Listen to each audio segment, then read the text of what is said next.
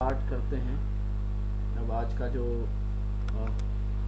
Topic है वो basically यही है कि आज तो रिवीजन करेंगे HTML का, जहाँ तक भी पोर्शन हमने किया हुआ है। तो ये हमारी वेब सीरीज़ है जिसमें कि वेब डेवलपमेंट वाला पोर्शन हम लोग कर रहे थे, स्टार्ट किया था हमने। मेरे ख्याल से अभी स्क्रीन दिखने लगी होगी। स्क्रीन दिख रही है, विजिबल है स्क्रीन? तो मैं नोटपैड ओपन कर लेता हूँ। तो वेब डेवलपमेंट के लिए जो रिक्वायरमेंट होती है वो मैं बता देता हूँ पहले।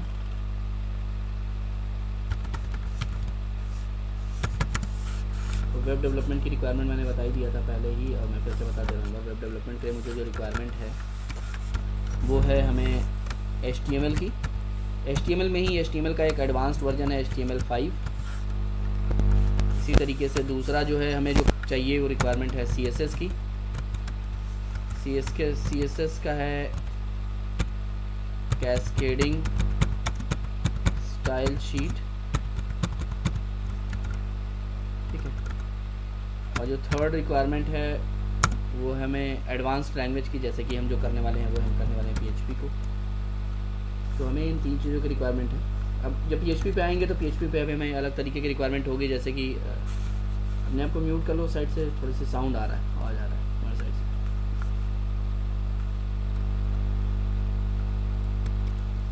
हाँ ठीक है। तो PHP में मैंने बताया कि वेब डेवलपमेंट जो कि वेबसाइट का डेवलपमेंट है, इसमें हमें रिक्वायरमेंट है जिन चीज़ों की, जिन लैंग्वेजेस की अगर बेसिकली हम बात करें तो लैंग्वेजेस जो इसमें यूज़ हो रही हैं, अभी हम सिर्फ बात कर रहे हैं लैंग्वेजेस की। हमें रिक्वायरमेंट है लैंग्वेजेस की, जिसमें से लैंग्वेज जो सबसे पहले हमें चाहिए वो चाहिए HTML, और HTML का ही एडवांस्ड वर्जन है HTML5, ठीक है। तो जो कि हम करेंगे HTML5 करेंगे, और HTML करेंगे, उसके बाद HTML5 करेंगे। देन इसके बाद इसी का एक पार्ट है CSS, जिससे हम बेसिकली स्टाइलिंग करते हैं, मतलब कि जैसे फॉन्ट का कलर क्या होगा, बैकग्राउंड का कलर क्या होगा, या कोई थीम है, ये सारा पार्ट CSS का आता है। मतलब लुक एंड फील जो किसी भी वेबसाइट का आता है वो CSS से आता है, ठीक है। तो CSS cascading style sheet full form होता है इसका। इसके बाद आता है PHP, जो कि हम वेब डेवलपमेंट में सर्वर साइड की जो कोडिंग करेंगे वो PHP में करेंगे, ठीक है। तो सर्वर साइड क्या है अभी हम लोग उसके भी बात करेंगे। तो PHP का हम यूज़ करेंगे। PHP में भी बहुत सारे वर्जन हैं। यहाँ पर भी कुछ सॉफ्टवेयर्स की रिक्वायरमेंट होगी, जैसे कि हमें हो सकता होगी XAMPP या WAMP सर्वर की रिक्वायरमेंट हो। XAMPP या WAMP जो कि PHP का सर्वर होता है। इसके बाद एक डेटाबेस की रिक्वायरमेंट हमकी होगी, डेटाबेस। तो डेटाबेस में हम MySQL या फिर SQL का कोई भी और सॉफ्टवेयर यूज़ कर सकते हैं। जो कि हम यूज़ करेंगे वो MySQL यूज़ करेंगे। तो ये एक इसकी रूपरेखा है जो कि जिसकी बेसिकली रिक्वायरमेंट होगी जब हम वेब डेवलपमेंट स्टार्ट करेंगे करना, तो ठीक है। तो वेब डेवलपमेंट में बेसिकली हम ये सारी चीज़ें कर रहे हैं और करेंगे, जिसके हेल्प से हम एक डायनेमिक वेबसाइट बना पाएंगे, ठीक है। अब डायनेमिक और स्टैटिक दो तरीके की वेबसाइट होती हैं। हम बात करते हैं, there are two type of websites, there are two type of web application, या फिर आप वेबसाइट कह सकते हो, ठीक है। दो तरीके की वेबसाइट या वेब एप्लीकेशंस होती हैं। पहली होती है स्टैटिक और दूसरा होती है डायनेमिक, ठीक है। बात करते हैं स्टैटिक की। स्टैटिक का मतलब होता है जहाँ पर हम HTML का यूज़ कर रहे हो, ठीक है। मतलब हम स्टैटिक का मतलब ये हो गया कि हम HTML यूज़ कर सकते हैं, CSS यूज़ कर सकते हैं, ठीक है। मतलब अगर हम टेक्नोलॉजी की बात हटा दें तो हम अगर बेसिक बिल्कुल एक लेमैन आदमी को समझाना हो जिसको नहीं पता है टेक्निकल, तो स्टैटिक का मतलब आप ये समझिए, where there is no database involve,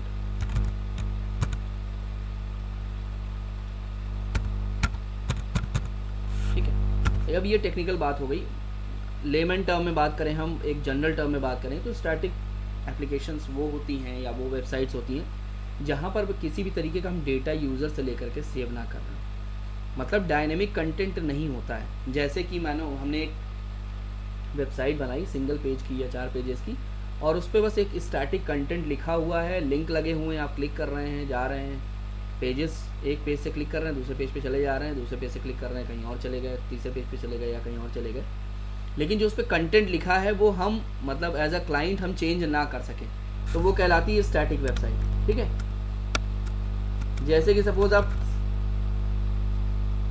हाँ बिल्कुल, जैसे कि अब अगर आप अभी कोई एक वेबसाइट यूज़ करें आप, जैसे कि मानो सपोज हम यूज़ कर रहे हैं times of India for example, ठीक है, या दैनिक जागरण या फिर कोई भी आप न्यूज़ की वेबसाइट आप देखते हैं, वो आपके लिए कैसी वेबसाइट है, स्टैटिक है। क्यों? क्योंकि जो उस पर कंटेंट लिखा है वो आप देख सकते हैं, आप उसको पढ़ सकते हैं, सारी चीज़ें कर सकते हैं, लेकिन आप उसमें एडिटिंग नहीं कर सकते। ठीक है, तो क्वेश्चन ये राइज होगा सर कि फिर डायनेमिक क्या होगा? तो सीधी बात है, इसमें क्या होगा, where there is a involvement of database, जहाँ पे डेटाबेस इन्वॉल्व हो जाएगा वो डायनेमिक हो जाएगी। ठीक है, जहाँ पर भी डेटाबेस इन्वॉल्व हो जाएगा एप्लीकेशन में, वो कैसी हो जाएगी एप्लीकेशन, डायनेमिक हो जाएगी। एग्जाम्पल पे अगर देखा जाए तो यहाँ पे मैं पहले वाले में भी एग्जाम्पल लिख दे रहा हूँ ताकि थोड़ा सा आइडिया रहे आपको। टाइम्स ऑफ इंडिया मैंने लिया, नाम दे दिया, आप कोई भी न्यूज़ वेबसाइट पे जा सकते हैं। ठीक है, यहाँ पर अगर हम बात करें तो कई सारे हैं, इसी तरीके से स्टैटिक में भी बात करें तो बहुत सारे हैं। ठीक है, तो यहाँ जीमेल हो गया, कोई भी मेलिंग, yahoo.com मतलब yahoomail.com हो गया, नॉर्मल yahoo.com जो है वो भी आपकी उसमें आ जाएगी। ठीक है, लेकिन याहू मेल डायनेमिक में आ जाएगी। जितनी भी ईमेल से रिलेटेड वेबसाइट्स हैं वो सब डायनेमिक हैं आपकी। क्यों? क्योंकि उसमें आप खुद चेंजेस कर सकते हैं। सपोज़ मैं अपने जीमेल में लॉगिन कर लेता हूँ अपने मेल अकाउंट में, तो मैं चाहूँ तो किसी मेल को परमानेंटली डिलीट कर सकता हूँ। ठीक है, क्लियर? या मैं किसी को मेल सेंड कर सकता हूँ। तो आपका जो कंटेंट है वो डायनेमिकली चेंज होता है। किसी मेल को आपने डिलीट कर दिया तो इनबॉक्स चेंज हो गया, क्योंकि उसमें से एक मेल हट गई, अब वो ट्रैश में चली गई, ट्रैश में जाके आपने वहाँ से भी डिलीट कर दी तो परमानेंटली डिलीट हो गई, थोड़ी सी स्पेस खाली हो जाएगी। तो जब आप दोबारा लॉगिन करेंगे अपने जीमेल में तो आपको वो मेल दोबारा नहीं मिलेगी, मतलब आपका जो इनबॉक्स का लेआउट है वो चेंज हो जाएगा। ठीक है, आपके हाथ में है कि आप उसे चाहें तो चेंज कर सकते हैं, लेकिन स्टैटिक वेबसाइट्स में आप चेंजेस नहीं कर सकते। अगर आप टाइम्स ऑफ इंडिया में आप चाहें कि उसका कलर चेंज कर लें, थीम चेंज कर दें टाइम्स ऑफ इंडिया वेबसाइट का, तो आप नहीं कर सकते। ठीक है, क्लियर? क्यों? क्योंकि वो स्टैटिक वेबसाइट है, उसको चेंज करने की जो पावर है वो कंपनी के पास है। मतलब कि टेक्निकली कहा जाए तो जो उसके सर्वर को मैनेज कर रहा है, जिसके पास उसका सर्वर का कंट्रोल है, ठीक है, वो उसको चेंज कर सकता है, उसके अलावा बाकी लोग उससे चेंज नहीं कर सकते। तो ये मैं जो डिफिनीशन आपको बता रहा हूँ, ये इस तरह की डिफिनीशन क्यों बता रहा हूँ, क्योंकि इंटरव्यू में जब भी आप जाएंगे तो जो इंटरव्यूअर है वो आपसे यही सुनना चाहेगा कि डेटाबेस इन्वॉल्व है या नहीं है। इससे समझ में आता है कि आपको टेक्निकल नॉलेज है कि डेटाबेस क्या होता है, डेटाबेस का काम क्या होता है। ठीक है, वैसे तो आप डेफिनेशन ये भी दे सकते थे कि स्टैटिक पेजेस जहाँ पर कंटेंट डायनेमिक ना हो। ठीक है, लेकिन ये जो आप डेफिनेशन, मतलब जो लोग नॉर्मली लोग डेफिनेशन देते हैं स्टैटिक वेबसाइट की, वो एक कंट्रोवर्शियल डेफिनेशन होती है। अगर आप ये कहेंगे कि जहाँ पर कंटेंट चेंज ना हो, तो ऐसा तो होता नहीं है। स्टैटिक पेज पे भी अगर मैंने सपोज 4 इमेजेस लगा दी हैं और सबको अल्टरनेट पे लगा रखा है या टाइमर पे लगा रखा है, तो वो अल्टरनेटली खट चेंज होती रहेंगी, उसी पेज पे रहेंगी लेकिन चेंज होती रहेंगी, तो आपकी डेफिनेशन इनवैलिड हो जाएगी। लेकिन जो मैंने ये डेफिनेशन दी है ये बहुत शॉर्ट है और टू द पॉइंट है। ठीक है, टू द पॉइंट का मतलब कि जो एग्जैक्टली होनी चाहिए। ठीक है, क्लियर? यहाँ तक समझ में आया? ठीक है, तो ये हो गई स्टैटिक और डायनेमिक वेबसाइट। ठीक है, अब हमें जब भी हम वेब एप्लीकेशन बनाते हैं तो हम एप्लीकेशन जो बनाते हैं, एप्लीकेशन इज मेड, ठीक है, तो एप्लीकेशन से पहले जो मैंने एक मॉडल बताया था, मैं एक बार फिर से उसको क्लियर कर दे रहा हूँ। मैंने एक मॉडल बताया था क्लाइंट सर्वर मॉडल, अगर याद हो तो मैंने इसके पहले वाली लास्ट वाली क्लास में क्लाइंट सर्वर मॉडल बताया था। नहीं भी है तो मैं वीडियो पे वो कर दूंगा आपको, आप उसमें देख सकते हैं। ठीक है, तो इसका जो वीडियो है उसमें एक लिंक होगा, उसमें आप जाकर के क्लाइंट सर्वर मॉडल देख सकते हैं, समझ सकते हैं। ठीक है, तो क्लाइंट सर्वर मॉडल बेसिकली है क्या, मैंने एक बार बताया था, मैं फिर से बता दे रहा हूँ। क्लाइंट सर्वर मॉडल का मतलब ये है, जब भी आप वेब बेस्ड एप्लीकेशन बना रहे हैं, इंटरनेट बेस्ड एप्लीकेशन बना रहे हैं, तो हर एक एप्लीकेशन इस मॉडल को फॉलो करती है, क्लाइंट सर्वर मॉडल को फॉलो करती है। क्लाइंट सर्वर मॉडल है क्या एक्चुअली? क्लाइंट सर्वर मॉडल का मतलब ये है कि एक क्लाइंट होता है, मैंने बताया था, जो कि रिक्वेस्ट करता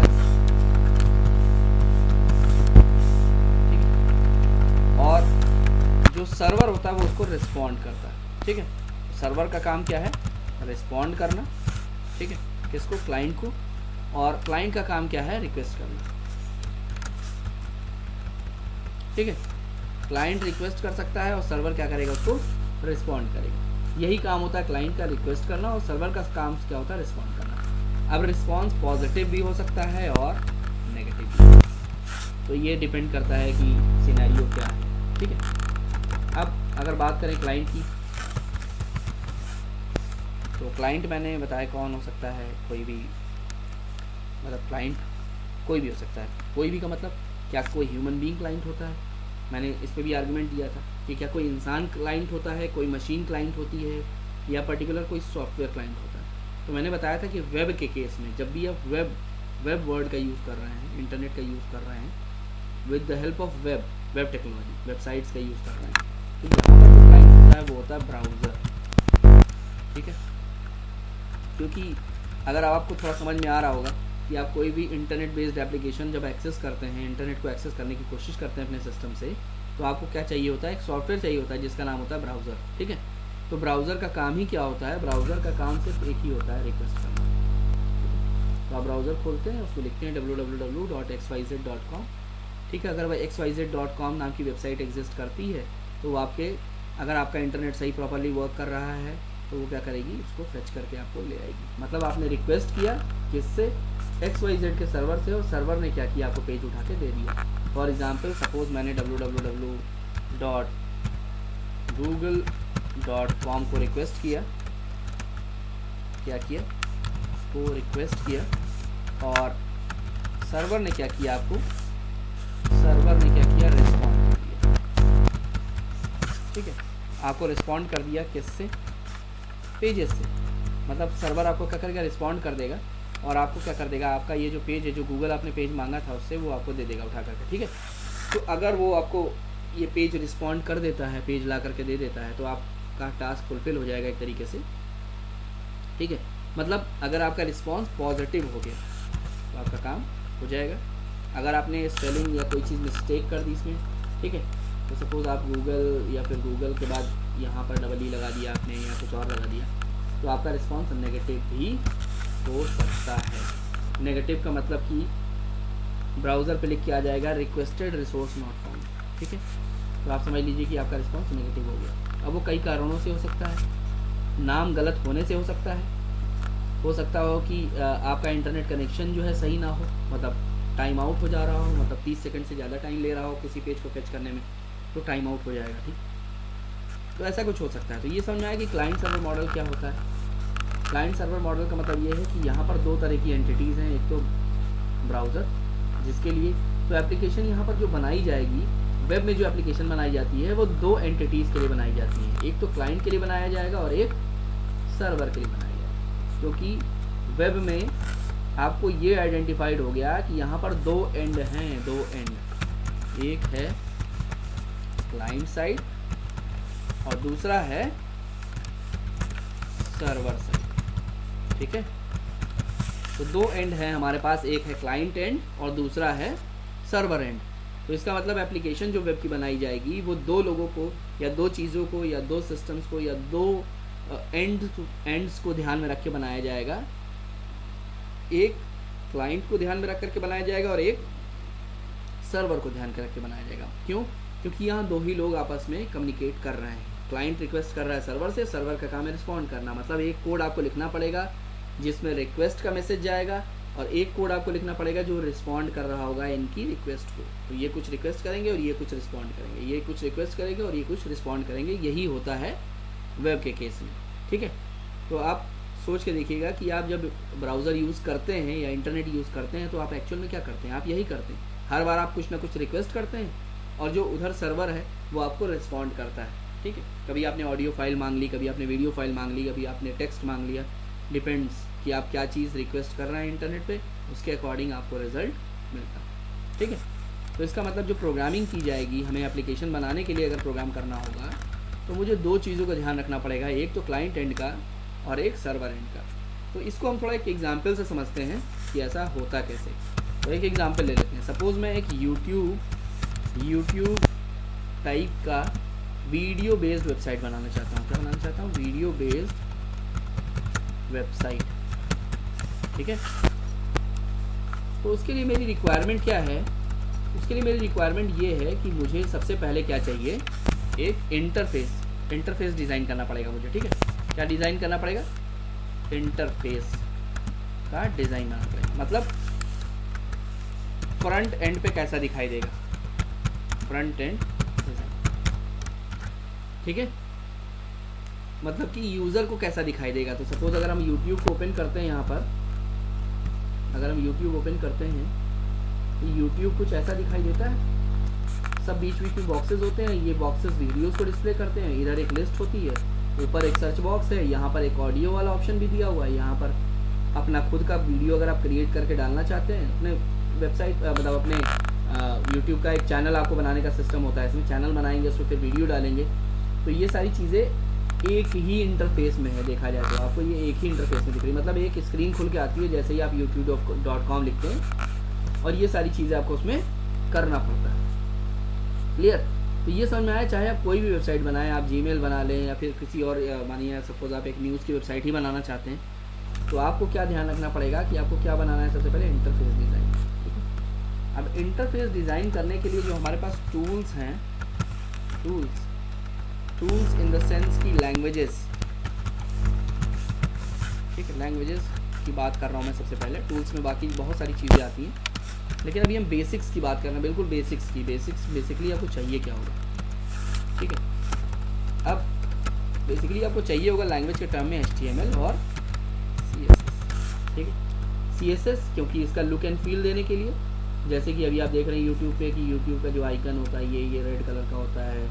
ये देखिए, ये ग्रेइश वाइट कलर का इसका ये वाला बैकग्राउंड है, और हर बॉक्स पे जैसा भी यूज़र ने थंबनेल लगा रखा है वो दिखता है। ये जो है वाइट थीम के ऊपर ये ब्लैक कलर का ये जितने भी टेक्स्ट लिखा हुआ ब्लैक कलर के आइकन हैं, इसके ऊपर फिर ये मेन्यूज़ टाइप के कुछ बने हुए हैं। ठीक है, क्लियर?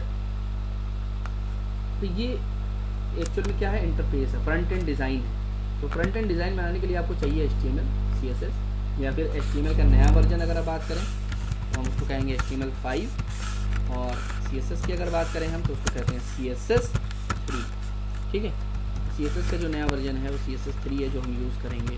ऑल्दो हम हायर वर्जन भी यूज़ करेंगे, डिपेंड्स की हम क्या बना रहे हैं। ठीक है, ऑल्दो मैं इन टूल्स का यूज़ करके दिखाऊंगा आपको। ठीक है, तो ये चीज़ें तो आपको चाहिए। और क्लाइंट एंड पे एक चीज़ और भी आती है, अगर आप थोड़ा सा कुछ कोडिंग का पार्ट करना चाहते हैं तो वहाँ पर आप जावास्क्रिप्ट भी यूज़ कर सकते हैं, जावास्क्रिप्ट। इसी तरीके से अगर हम सर्वर एंड की बात करें, अगर हम इसको हटा दें और यहाँ पर डिवाइड करें तो हम बात करते हैं सर्वर साइड। तो सर्वर साइड का मतलब ये हो गया, सर्वर साइड का मतलब यहाँ पर ये है कि हम कोडिंग पार्ट में क्या करने वाले हैं। मतलब हम चाहते हैं कि जब यूज़र किसी चीज़ पे, किस आइकन पे, जैसे आप यूट्यूब का वीडियो दिख रहा है उस पर आप क्लिक करें तो वीडियो कहाँ से निकल करके आए। ठीक है, तो ये सर्वर साइड की स्क्रिप्टिंग होती है। यहाँ पर लैंग्वेजेस,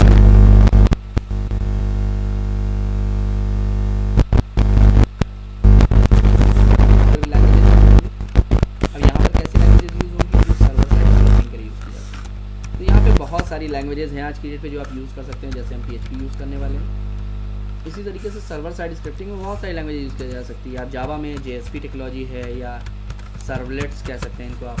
ठीक है, जावा की टेक्नोलॉजी है जो यूज़ किया जाता है वेब पेजेस को सर्वर साइड का कोड लिखने के लिए। इसी तरीके से PHP है, इसमें भी आप लिख सकते हैं। इसी तरीके से एक माइक्रोसॉफ्ट की बनाई हुई लैंग्वेज है C#, वो उसमें लिख सकते हैं आप। इसके तरीके से आप J# भी उन्हीं की एक बनाई हुई लैंग्वेज है, उसमें लिख सकते हैं। उन्हीं की एक लैंग्वेज बनाई हुई है F#। ठीक है, तो J# भी अब F# हो गई है। तो यहाँ अलग अलग J# और F# कर सकते हैं इसको। तो ऐसी बहुत सारी लैंग्वेजेस हैं, पर्ल है, हाँ पाइथन भी आ जाएगी इस कैटेगरी में। यहाँ पे पाइथन भी आप यूज़ कर सकते हैं, डिपेंड्स की किस लैंग्वेज का आप यूज़ करते हैं। There are n number of languages in market, और सबका थोड़ा थोड़ा यूजेस डिफरेंट है। ऑल्दो वेब डेवलपमेंट में सभी के लिए सारी लैंग्वेजेस में जो लिख रहा हूँ ये बहुत सारी हैं इनमें से, जो इनको आप यूज़ कर सकते हैं। ठीक है, ये लिस्ट एक एंडलेस है। एंडलेस का मतलब ऐसा नहीं है कि ये ख़त्म नहीं होगी, लेकिन बहुत बड़ी लिस्ट है एंडलेस मतलब। तो यहाँ मैं एटसेट्रा लिख देता हूँ, बहुत सारी लैंग्वेजेस। ठीक है, ये मैंने जो लैंग्वेजेस का नाम लिखा है ये कुछ पॉपुलर लैंग्वेजेस हैं जो आज की डेट पे यूज़ होती हैं, ठीक है, क्लियर। तो बहुत सारी लैंग्वेजेस हैं जिनका सर्वर साइड स्क्रिप्टिंग है, तो इनमें से आप किसी एक लैंग्वेज का यूज़ करेंगे, और हर लैंग्वेज, इनमें से जितने भी मैंने नाम लिखे हैं, कोई भी लैंग्वेज कम नहीं है अपने आप में, ठीक है, बहुत बड़ी अपने आप में बहुत बड़ी चीज़ है, हर लैंग्वेज अपने आप में बहुत बड़ी चीज़ है, ठीक है। जैसे कि अगर एग्जाम्पल लेना शुरू करें तो हम PHP में अगर बात करें तो फेसबुक है सबसे बड़ा एग्जाम्पल, आप समझ सकते हैं फेसबुक क्या है, ठीक है। इसी तरीके से जावा सर्वलेट्स की बात करें तो जितनी भी बैंकिंग एप्लीकेशन आप यूज़ कर रहे हैं, किसी भी बैंक की एप्लीकेशन आप यूज़ कर रहे हैं, जितना भी पेमेंट ऑनलाइन ट्रांजैक्शन यूज़ कर रहे हैं, सब जावा सर्वलेट्स में लिखा हुआ कोड है, ठीक है। इसी तरीके से C# की बात करें तो C# की ICICI बैंक की वेबसाइट बैंकिंग सिस्टम जो C# बना हुआ है। अब ऐसे बहुत सारे एग्जाम्पल्स मैं आपको दे सकता हूँ, एक मैं कुछ पॉपुलर दे रहा हूँ जिससे आपको थोड़ा समझ आ जाए। इसी तरीके से J# और F#, ये जावा की ही कॉपी है जो कि माइक्रोसॉफ्ट में है, ठीक है। तो यहाँ भी बैंकिंग आ जाएगी, बैंकिंग या फिर आप इसको बैंकिंग के बजाय फाइनेंशियल इंस्ट्रूमेंट्स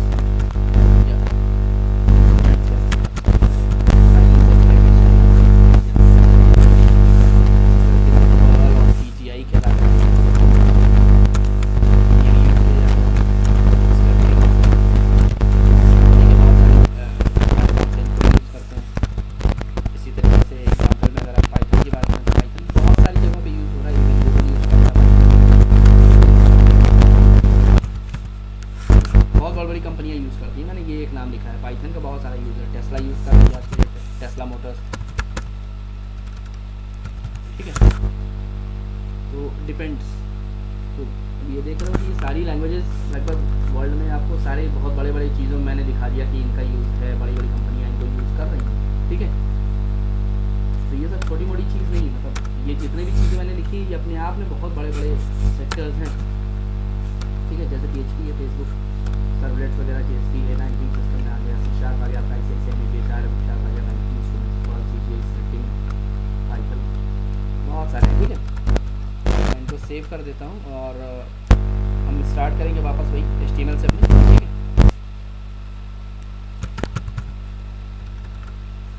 तो मैं इसको सेव कर देता हूँ,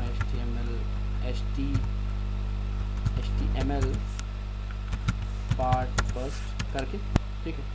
तो अभी हम स्टार्ट करेंगे, HTML से ही स्टार्ट करेंगे। HTML में हमने काफ़ी कुछ किया भी है, लेकिन एक बार इसको रिवाइज कर लेते हैं, ठीक है। आई होप ये सारी चीज़ें समझ में आई होंगी। तो ये फाइल मैं एक बार अटैच कर दूँगा तुम्हें और दे भी दूँगा, अभी मैं अटैच ही कर दूँगा, उसको मिल जाएगा।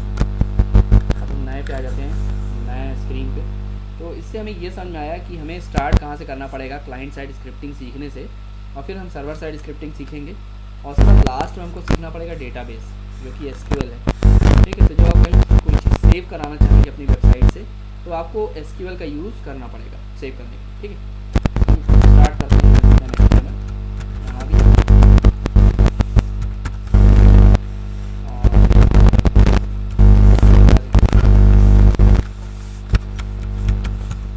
यहाँ पे हम बॉडी टैग का यूज़ करते हैं,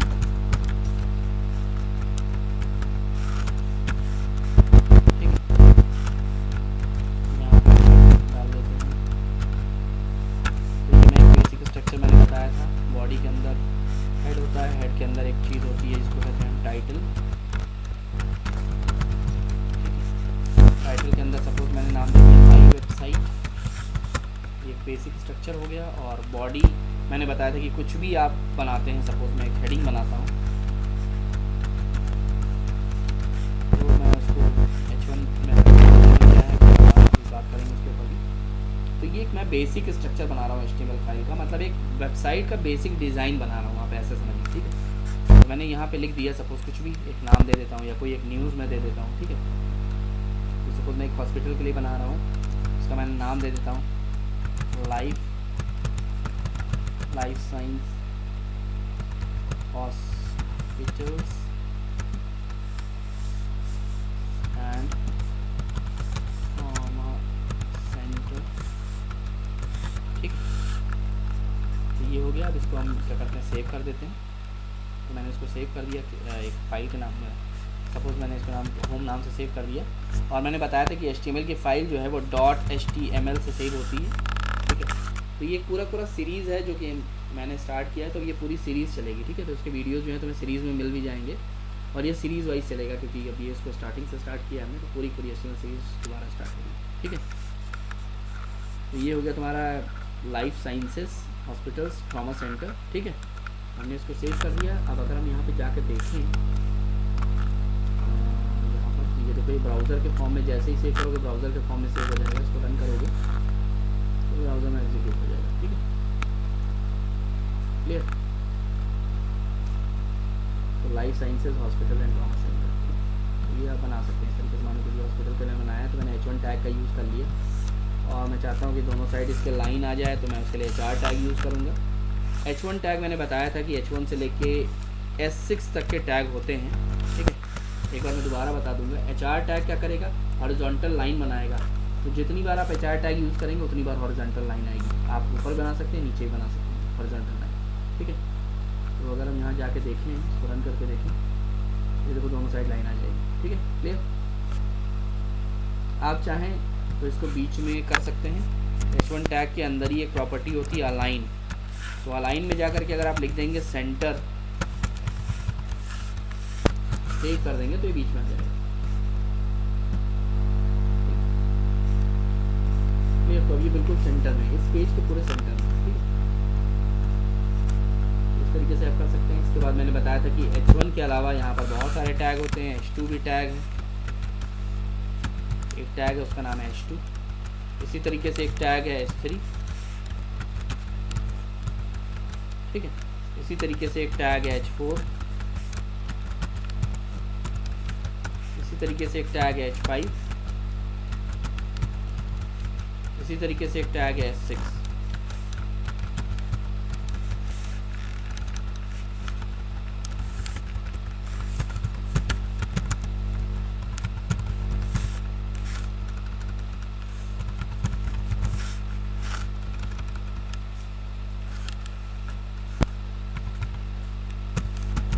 सेकेंड हेडिंग मैं बस ऐसे ही लिख दे रहा हूँ। फर्स्ट हेडिंग के बाद मैंने मतलब पहला वाला हेडिंग तो मैंने वो डाला था, इसके बाद मैं बस ऐसे ही लिख रहा हूँ ताकि एक आइडिया हो जाए कि ये हेडिंग्स क्यों ऐसी बनाई गई है।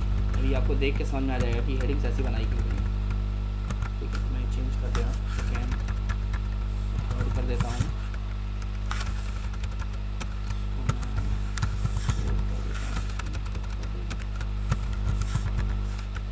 और इसको मैं 6 कर देता हूँ। मैं सेव कर देता हूँ। यहाँ पे आते हैं, इसको ओपन करते हैं, इसको क्लिक करके देखते हैं, तो ये दिख रहा है सेकेंड, थर्ड, फोर्थ, 5, 6। तो एक चीज़ दिख रही होगी, एक पैटर्न दिख रहा होगा कि ये H1 जो है सबसे बड़ा है, H2 उससे छोटा दिखाई दे रहा होगा, S3 उससे छोटा दिखाई दे रहा होगा, H4 उससे छोटा दिखाई, S5 उससे छोटा, S6। तो इसको अगर हम वेबसाइट को 100% पे कर लें, ये बहुत ज़्यादा बड़ा है। एक्चुअल में नॉर्मल से बहुत ज़्यादा बड़ा दिखाई दे रहा है, ये इतना होता नहीं है। इसको हम एक्चुअल कर देते हैं, जिस पर वेबसाइट दिखाई देगी। तो ये वेबसाइट है ओरिजिनली, कोई भी वेबसाइट आपको इस फॉर्मेट में, इस फॉन्ट में दिखाई देगी, ठीक है। तो दिख रहा है S6 कितना छोटा हो गया है। यही रीज़न है कि S6 के बाद S7 नहीं बनाया गया।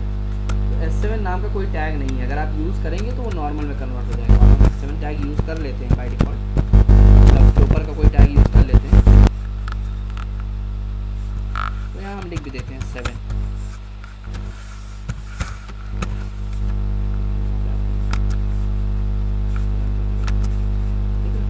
ये देखो नॉर्मल दिखाई दे रहा है। 6 तक तो डिफरेंट फॉन्ट है, 7 में एकदम नॉर्मल हो गया, ठीक है। तो इससे एक चीज़ समझ में आ रही होगी कि इसका इफेक्ट नहीं है, मतलब 7 आप टैग लिखते भी हैं तो उसका कोई इफेक्ट नहीं है वेब पेज डिज़ाइनिंग, ठीक है। क्लियर।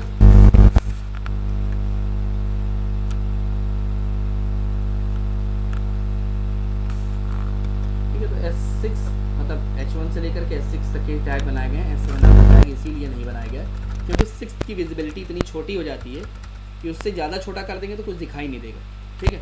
इसीलिए S6 तक ही टैग्स बनाए गए। इसके अलावा जब हम अभी आगे जब CSS का टर्न आएगा, CSS सीखेंगे, तो CSS में हम देखेंगे कि हम छोटा बड़ा अपने हिसाब से साइजेस को एडजस्ट कर सकते हैं, ठीक है। तो उसके लिए बहुत सारे टूल्स हैं जिसके हेल्प से हम जो है डिफरेंट साइजेस और हम उसके फॉन्ट और स्टाइल को कंट्रोल कर सकते हैं डिफरेंट पेज में। क्लियर, ये समझ में? ठीक है। तो इसके बाद हम इमेज लगाने का मैंने बताया था, तो मानो हॉस्पिटल के नीचे ही जस्ट इमेज इसकी लगाना चाहते हैं। उसके लिए टैग यूज किया जाता है IMG SRC equals double quotes और क्लोज कर देते हैं स्लैश लगा करके। उसके अंदर जो ये SRC का मतलब IMG तो इमेज का शॉर्ट फॉर्म है, SRC का मतलब है सोर्स। सोर्स मतलब कहाँ से आप इमेज लेकर के आ रहे हैं, कहाँ पे इमेज आपकी रखी हुई है। जैसे सिस्टम में भी डेस्कटॉप हो सकता है, C ड्राइव है, D ड्राइव है, E ड्राइव है, कहाँ रखा है आपने इमेज। तो उसके लिए पहले तो एक इमेज हम डाउनलोड करते हैं नेट से। हम यहाँ पे लिखते हैं हॉस्पिटल इमेज, और यहाँ से क्या करते हैं कोई भी एक हॉस्पिटल की इमेज डाउनलोड कर लेते हैं इमेजेस में जा करके।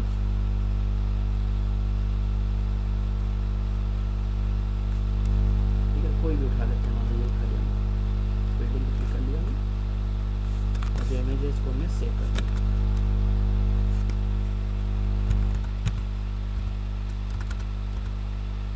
SP के नाम से सेव कर दिया, JPG फाइल है, डेस्कटॉप पे करना है। ठीक है, ये देखो लोकेशन डेस्कटॉप, फाइल भी वहीं पर सेव है। जब फाइल HTML फाइल और इमेज फाइल एक ही लोकेशन पे हो, इस चीज़ को ध्यान रखिएगा, एक ही लोकेशन पे हो तो सिर्फ आप उसका नाम और एक्सटेंशन अगर लिख देंगे आप JPG अगर आप लिख देंगे तो वो अपने आप उठा लेगा। ठीक है, ये देखिए इमेज आ गई। ठीक है, इमेज को भी अगर हमको सेंटर करना है तो इसी में प्रॉपर्टी चलानी पड़ेगी। ठीक है, तो इसको हमको क्या करना पड़ेगा, इसी में प्रॉपर्टी चलानी पड़ेगी, अलाइनमेंट।